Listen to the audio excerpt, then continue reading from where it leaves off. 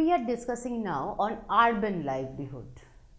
Do you know that there are 5,000 cities, 5,000 towns in India, and more than 27 big cities are there in India? Can you compare life in a city and life in a village? Is it comparable? Whatever we have learned in rural livelihood, can you get all those occupation, all those professions in a city life?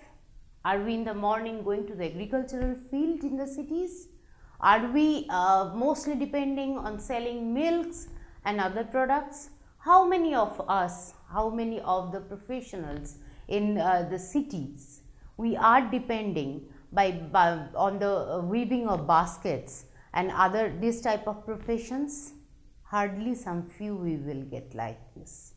So if we see the urban livelihood, if you compare a life, the city you are living in and the village wherever you may visited for some time, some days ago or sometimes, is there any similarity between them?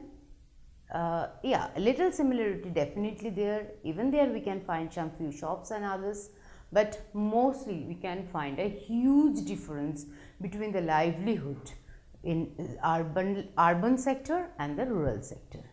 Take example of the city Hyderabad. How many people are coming there every day, every morning? So many people, they are entering in the city. They can be a local migrant, even they are not staying here for a long time.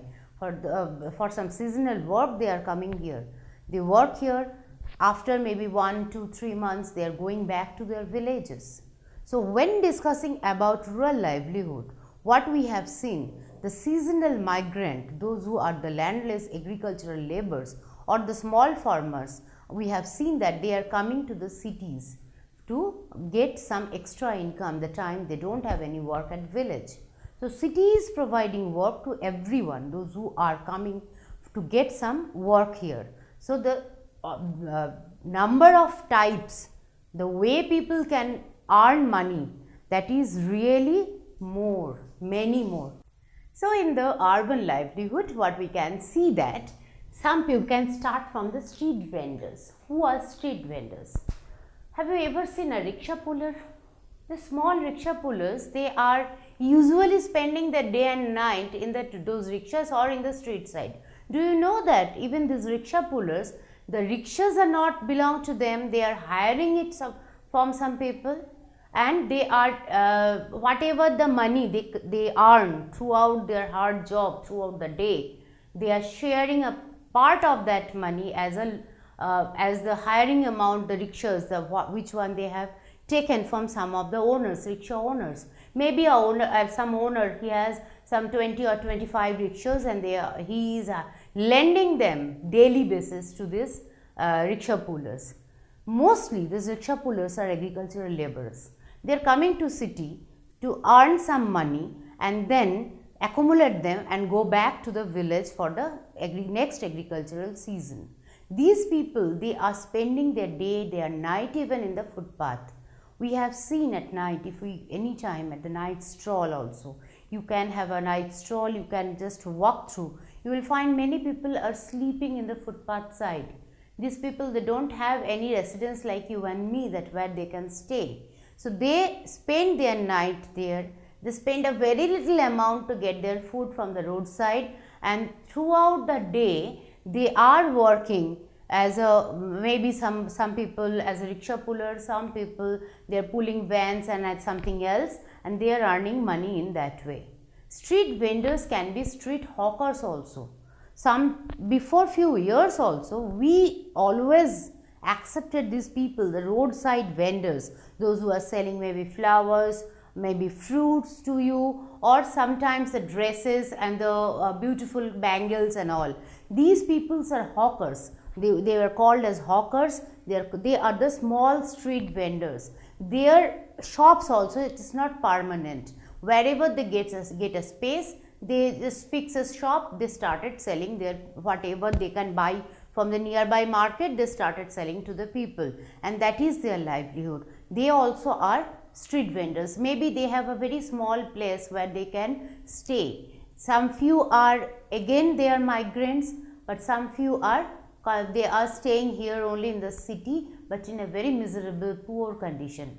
Before few years also, even our government, they have an outlook, we have an outlook. These people, they are only disturbing the smooth livelihood of the city.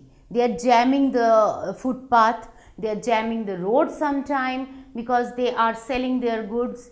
But now the outlook has been changed. Even government started thinking for these people because they are a major part of the society. They are a major part of these poor people. They are depending on this. So if you remove these hawkers, if you remove these vendors, what will be the another way of their livelihood? Depending on that, thinking this for the people, now our government even started thinking to rehabilitate them. So what is the rehabilitation procedure government has taken for them? Maybe they have been given a fixed shop where they can sell their whatever they are selling now, maybe the dress materials, dresses or whatever, fruits or flowers or whatever. So government started helping them in that way, and at the same time it will help to keep the streets clean and providing some earning to these level of people also. So this group of people, we call them as street vendors. They can be some few people, those who are daily basis wage laborers, they are also on the street, or sometimes these people, those who have small hawkers shops, like some corners where they are selling, roadside corners, they are selling their products. Even you can see that sometimes they don't have any place also, they just keep sitting on the footpath on a plastic, they keep all those materials and they started selling them. These people, for their betterment also, for betterment of their livelihood, now government started thinking, and government is offering them some other means of living, like giving them another shop or some other place also where they can sell their products, some vendor markets like that. Next we will be discussing that about small shops owners. If you visit any time a marketplace, you will find that there are many small shops, and the shop owner himself or herself, they are only managing their shops. They don't have much more employees, they don't have that capacity that they can employ many more employees and they can pay them. Rather, it is a very small shop which the shop owner himself or herself, they are only managing. These type of shops also in the marketplace, if you visit any of the marketplace of your adjacent locality, you will find this type of shops. But these are the permanent shops. Either they have taken it on lease, or sometimes or lease or rent, or sometimes they even own that shop. A small shop, maybe a stationery shop, or maybe a Xerox machine where people are Xeroxing and giving you the Xerox copies, photocopies of your books or whatever your requirement. They are the small shop owners. Next we are coming to big shop owners. Yes, in the malls and all, if you visit them, how colorful and bright lighted they are, isn't it? And you will find they are very well dressed, some of the people. Those who will come to you, they will greet you, and they are very polished with their behavior also. You will be very much obliged being with them when they will be offering you some few things which they have in their shops. Even you hardly you can see the owner of the shop. The owner may be somewhere, he is busy in his office, means like who is actually managing that entire show for the big shop or the big malls. People, those who are employed there as employee, the salesperson, the managers, the accounts person, or some few those who are in the billing section, customer relation people, so many people are there to manage it. And these big shop owners, big mall owners, they are not even only dependent on the products which is the local products. The small shop owners, you will find they are accumulating their whatever they are selling maybe from the local markets only. But here we can see for the big shop owners, they even import them from outside of our country, and even they are selling it out maybe online to other places, not only that particular place, but in the other sectors of the other places, on the cities or on the country also, they are selling it out. You will, how many times you have seen that people are coming at your home for home delivery. So this is also a big shop owner's business who has much more money to run the show and manage that business. That there are so many people, they are employed, and there is an owner who is paying for them. It is a completely private sector. Next we are coming to factory workshop. In factory also, if you every city you will find some of the factory workshops are there. Factory workshops can be there also. We can see two types of employee. One is temporary, one is permanent. Now who are the temporary workers? Temporary workers are getting job the time when there is a heavy workload. Like take example of a tailoring factory, where at the time before any of the festivals, you all are ready to buy your new clothes. From where you are getting them? They are coming from the factory workshop, tailoring factory workshop. So this is the time when factory has more work, and whenever the factory has more order, they are prone to hire to some of the temporary workers who will be working for them throughout the day, 8 hours, maybe sometimes 10 hours, sometimes it is 12 hours also, and then they will be replacing by someone else, another one else. Depending on that, they are paid how many hours they are working. They don't have any PF, they don't have any gratuity. If they are not coming for their work, they are not paid. If their health is not well, there is nothing to take care of them, rather they will be losing their salary also. They are temporary workers. On other side, we can see even in the factories we can find the permanent workers also. They have their fixed salary. Mostly they are in the high position. They are working for long time for the factory, or they have much education, or their professional education, professional experience also. So based on that, they are paid. Their salary is fixed, and some whatever the factory benefits are there, they are eligible to get all of the factory benefits. Temporary workers may lose their job every 6 months or every maybe 3 months when the factory workload is less. But this permanent workers, they for them the work is fixed, so they are not in a fear every time to lose their job. If they work more, they are at that time they are compensated by overtime allowance also. So they have many this type of allowances. They have their health allowances also. So if they are not well, in that case they can get some medical benefit. It is not only for those permanent workers, but for their family members also. The factory is providing that. So a major sector, major population of the city areas, urban areas, we can see that people are working in the factory workshops. Next we are coming to the office sectors. Every city you will find there is some place in the city which is exclusively the office sector. The people, those who are working there, they mostly are permanent workers. They have their own offices to work. They need not to work in a very poor hygienic conditions also sometimes, how the factory temporary workers or the street vendors, they are working like. They have a beautiful setup in the office. People are sitting there, they are responsible, their responsibilities are also fixed, and their work is also permanent. Whatever as per the government rule, the benefits an employee must get, even those office employees, they are getting those benefits. Coming to the next, the government job sector, the most secured sector, most secured livelihood for any people in the city. Once you get a government job, that means you are serving people on behalf of government. Government is paying you for serving this, by paying those people to serve the citizens of the country. So government job sector mostly administrative, their work procedure is different and their work type is also different. They are more responsible to provide services to the people, like the police, like the IAS, IPS officer or the municipal corporation people, those who are working for the people for their betterment, that with them we can live peacefully and properly. Next we are coming to IT and BPO job sector. This is another sector which is flourishing most of the cities we can see. If we take an example of Hyderabad, Bangalore, Mumbai, we will see that many call centers are there. They are the BPO office. What is this BPO office? That is back office processing.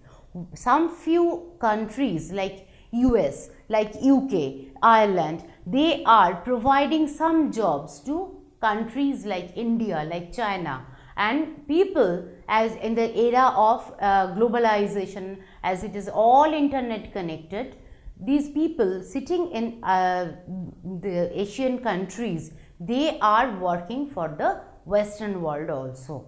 Now, how it is beneficial for them? If you take the round clock, if you take the example of time, if you take the time, if it is day for us, it is night for them.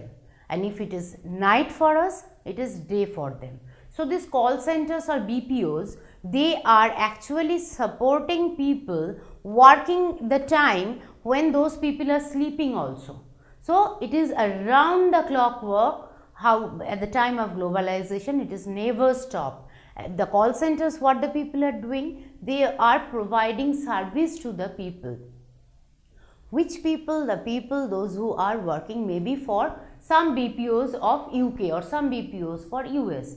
They may help them to shoot out a problem in their computer logging, or some service sector in the insurance, loan repayment, anything it can be, financial, economical, anything. These people are sitting here, they are trained, they are using their telephone connection, telecommunication system, internet feasibility and the servers, and they are responding to the people sitting in the other side of the world, and they are solving their problem in that way.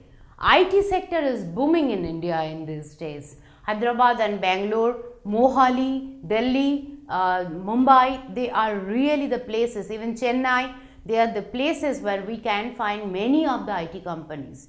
Even the towns like Thiruvananthapuram, they are also flourishing with IT companies, because India is one of the major South Asian countries who is supplying the maximum yield from IT sector. So, these IT people also, they are working, they actually turned as a separate group in the city, who is really contributing a lot for the development of the cities also, as with their livelihood, with their lifestyle. They also are creating many of the opportunities for the people, those who are coming here, those who are in search of job. So, this IT sector also giving promise to a huge youth group, those who are working here. Other than the one I have discussed already in this, you will find doctors, you will find nurses here, you will find hospitals in the urban, in the city areas. Whenever there is any health problem, other than going to the government hospital, many people from the village also, they prefer to come to the big hospitals, private hospitals in the city. So, urban livelihood, a sector we can find like doctor, nurses, or the people, those who are related to the hospital related services. Even the hotel services also, food and beverages. Not only that, even the people, those who are catering some food, like now you can see many big food vendors like KFC, like McDonald's, and like this type of people, those who are selling food. Every day there is a new dawn with new ideas. Before few days also, before few years also, whenever your father has to buy something, he has to go to the market. Now your mother, using the laptop, she is ordering for entire month's grocery, and within 2 or 3 hours that entire item is waiting at the doorstep. This type of development only happen in the urban areas due to the infrastructure. So, urban livelihood is multiple. It's not like the rural one, which is confined to a particular sector. You think you will get many of them that I have not even touched. Many other ways of living, many other ways, types of professions you will find there. You can see your teachers. The teachers are also there in villages also. But the people, those who are supplying your smart board or the things, the infrastructure that your school has, maybe the village they are lacking them.